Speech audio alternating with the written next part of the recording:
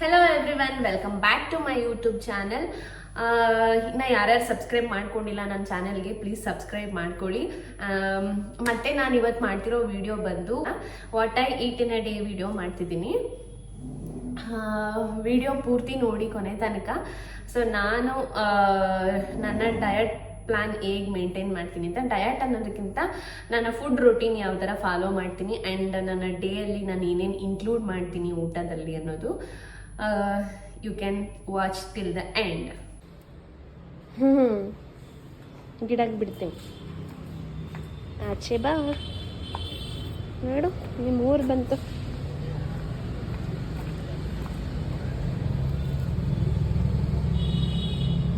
ಬಾಯ್ ಬಾಯ್. ಬ್ರೇಕ್ಫಾಸ್ಟಿಗೆ ಉಪ್ಪಿಟ್ಟು prepare ಮಾಡಿದ್ವಿ. Breakfast ಎಲ್ಲ ತಿಂದು ಮುಗಿಸಿ ಕೆಲಸಕ್ಕೆ ಬಂದೆ.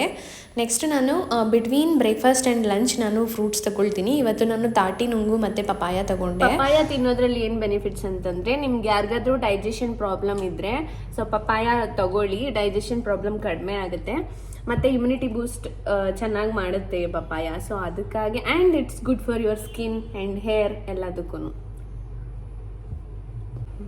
ಸೊ ಇನ್ನು ನುಂಗುವಲ್ಲಿ ಏನು ಬೆನಿಫಿಟ್ಸ್ ಅಂದರೆ, ಇದರಲ್ಲಿ ಇದು ಮತ್ತು ಸೀಸನಲ್ ಫ್ರೂಟ್ಸ್ ಅಷ್ಟೇ, ಇದು ಫ್ರೂಟ್ ಕ್ಯಾಟಗರಿಗೆ ಸೇರ್ಬೋದು ಅಂತ ಹೇಳ್ತಿದ್ದೀನಿ. ಇದು ಜಿಂಕ್ ಆ್ಯಂಡ್ ಐರನ್, ಪೊಟ್ಯಾಷಿಯಮ್ ಈ ಥರ ಬೆನಿಫಿಟ್ಸ್ ಜಾಸ್ತಿ ಇದೆ ಇದರಲ್ಲಿ. ಆ್ಯಂಡ್ ನಿಮ್ಗೆ ಇದು ಅಗೇನ್ ಡೈಜೆಷನ್ ಪ್ರಾಬ್ಲಮ್ ಇದ್ದವ್ರಿಗೂ ಕೂಡ ಇದು ಹೆಲ್ಪ್ ಮಾಡುತ್ತೆ. ಸೊ ನಾನು ಪರ್ ಡೇ 1 ಫ್ರೂಟ್ ತಗೊಳ್ಳೋಕೆ ಇಷ್ಟಪಡ್ತೀನಿ.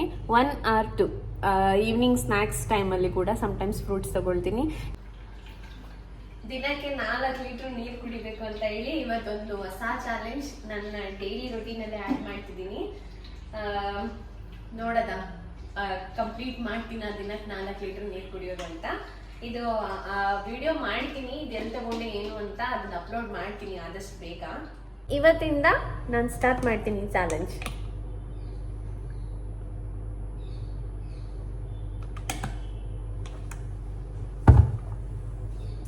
ಇದು 2 ಬಾಟ್ಲು ಖಾಲಿ ಮಾಡ್ಬೇಕು ಪರ್ ಡೇ ಅಂದರೆ ಕಷ್ಟ, ಬಟ್ ಮಾಡ್ತೀನಿ. ನಾನು ಊಟಕ್ಕೆ ವೈಟ್ ರೈಸ್ ಆ್ಯಂಡ್ ತಗಣಿಕಾಳು ಸಾಂಬಾರ್ ಮತ್ತು ಎಗ್ ತಗೊಳ್ತಿದ್ದೀನಿ.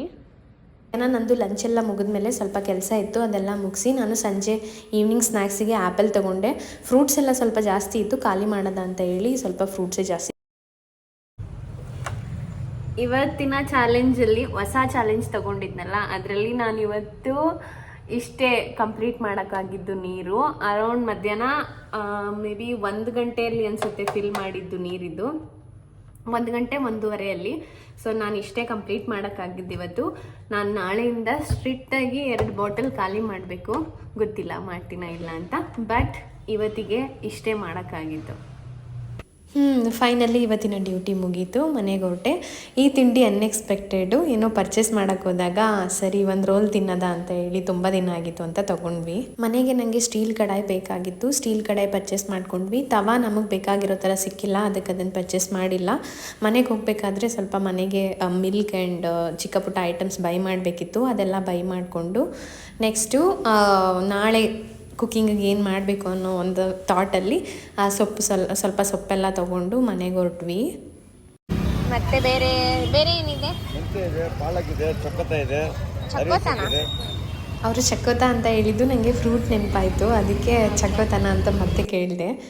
ನಾವು ಬರ್ತಾ 1 kg ಚಿಕನ್ ಕೂಡ ತೊಗೊಂಡು ಬಂದ್ವಿ. ಚಿಕನ್ ಮಾಡಿ ಆಲ್ಮೋಸ್ಟ್ 1 ವೀಕ್ ಆಗಿತ್ತು, ಅದಕ್ಕೆ ನಾನಿಲ್ಲಿ ಇವತ್ತು ಚಿಕನ್ ಸೂಪ್ ಮತ್ತು ಚಿಕನ್ ಡ್ರೈ ಮಾಡ್ಕೊಳ್ತಿದ್ದೀವಿ.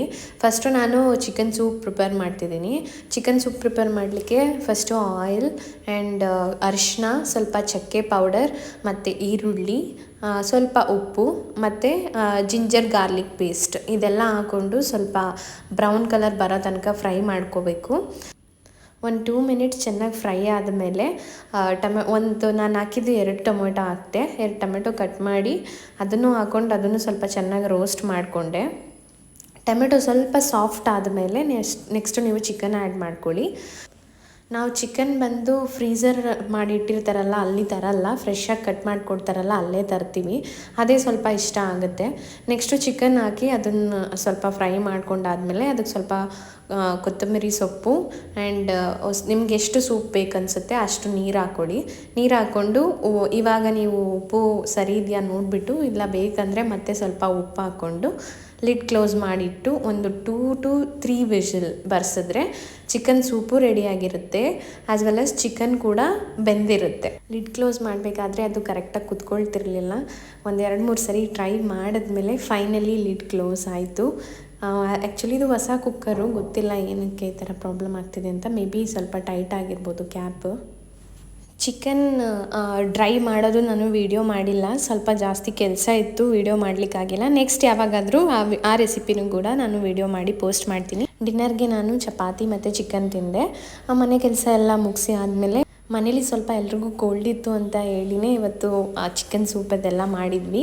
ಅದ್ರ ಜೊತೆಗೆ ಊಟ ಎಲ್ಲ ಆದಮೇಲೆ ಒಂದು 1/2 hour ಆದಮೇಲೆ ನಾವು ಸ್ವಲ್ಪ ಟರ್ಮರಿಕ್ ಮಿಲ್ಕ್ ಮಾಡ್ಕೊಂಡ್ವಿ, ಶುಂಠಿ ಟರ್ಮರಿಕ್ ಮಿಲ್ಕ್ ಮಾಡ್ಕೊಂಡ್ವಿ. ಈ ರೆಸಿಪಿ ನೀವು ಟ್ರೈ ಮಾಡಿ ಕೋಲ್ಡ್ ಇದ್ದಾಗ, ಖಂಡಿತವಾಗ್ಲೂ ವರ್ಕ್ ಆಗುತ್ತೆ. ಕೋಲ್ಡ್ ಆ್ಯಂಡ್ ಕಾಫ್ ಕಡಿಮೆ ಆಗುತ್ತೆ.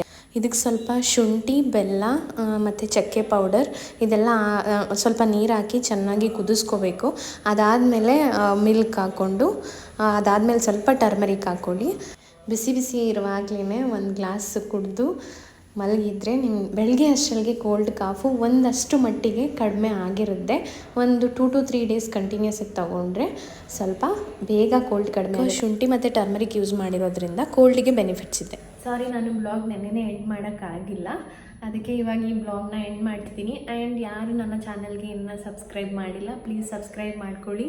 ಮತ್ತು ಆದಷ್ಟು ಬೇಗ ಹೊಸ ಹೊಸ ಕಂಟೆಂಟ್ ವೀಡಿಯೋಸ್ ನನ್ನ ಚಾನಲಲ್ಲಿ ಬರುತ್ತೆ.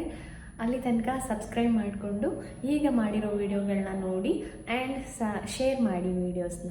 Thank you everyone for watching this video. ಮತ್ತೆ ಸಿಗೋಣ, ಅಲ್ಲಿ ತನಕ ಬಾಯ್ ಬಾಯ್.